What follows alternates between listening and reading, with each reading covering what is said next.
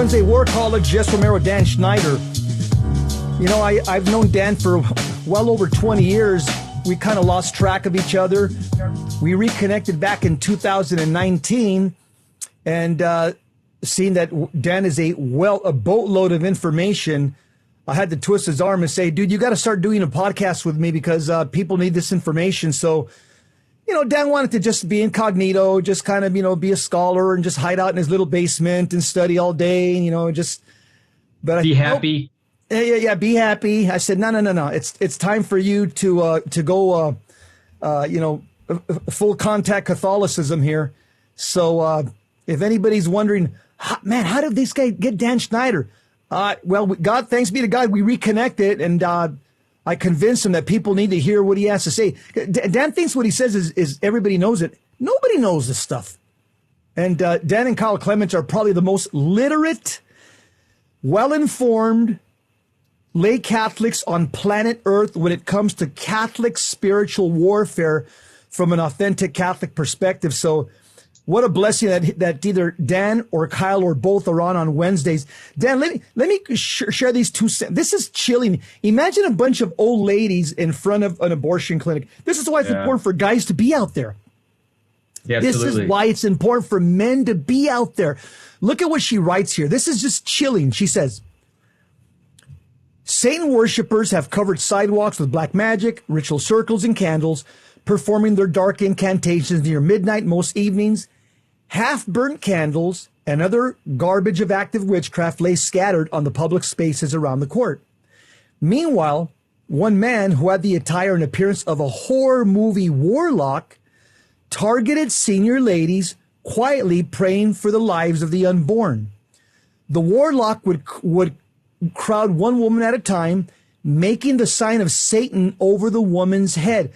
See, if a guy was there, that wouldn't happen. Because I'm telling you, Dan, it'd be hands-on at this point if he tried to touch any woman in my presence.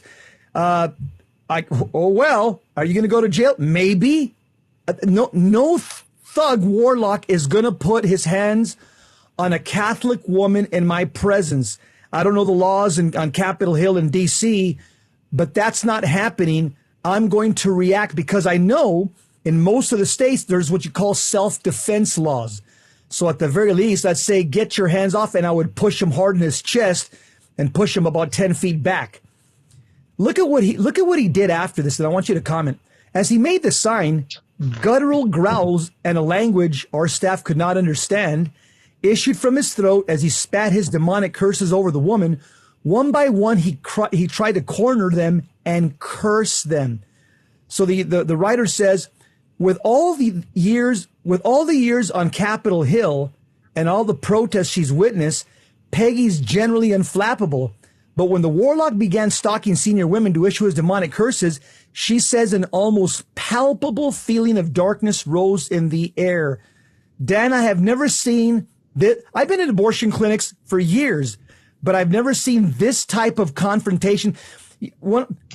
I've generally seen when you have the pro-aborts, maybe they'll be sprinkled with some anarchists. They'll be across the street. We're never on the same sidewalk. It's different now, Dan. These guys are across and they're commingling. Yeah, they might send there's always somebody there to flash the horns and curse the protesters. There's always some kook will show up and do some kind of sage cleansing and kind of, paraliturgical thing. But I think they're realizing that they're losing the battle. And so they're bringing out bigger guns. These guys that you would rarely see. These guys are the ones that are working behind the scenes. And now you're starting to see them come out because, again, the sacrament of, the inversion of the sacrament, it's the Eucharist. Sacrament. This is my body, right? Christ says, this is my body given for you. And what is the mantra of these people? This is my body. You can't tell me what to do with it, unless you tell me to put a mask on, then, or inject it with something, then you can tell me what to do with it. But when it comes to killing my baby, this is my body, right? So what you see, though, is, the church's principle of of sacramentality that would again, going back to Irenaeus, what God assumed he redeemed, and God assumed humanity and all of creation, right? There's been a total divination, if you will, of the created order, right? Now, God now is present among us Eucharistically in the church, but God also uses matter. This is what St. Ambrose has been saying in the second reading of the Office of Readings for the last week, how God uses matter, in the case of water, oil, etc., that's ordinary, but it now conveys divine power. And now matter now is conveying grace. And this is our understanding of the sacraments, right? It's through that real ontological change. The indelible mark of baptism is brought about by ordinary water.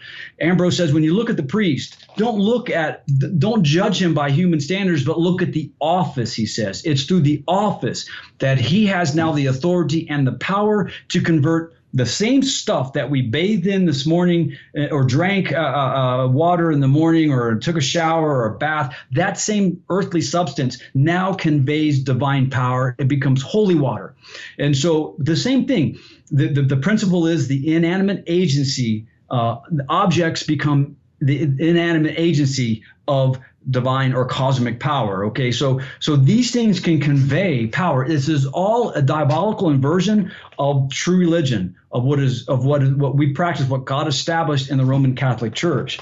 And so everything that these guys do, the use of candles, the use of feathers, other objects, the sitting in the circle, the tone. Actually, if you understand the tone, intonation, right? When Gabriel went to the Virgin Mary, it says that, when Elizabeth at the visitation, it says that she shouted out, right? Well, the Greek word is she intoned, the same word of intonation of the virgins who sung and danced before the Ark of the Covenant. Wow. The same intonation.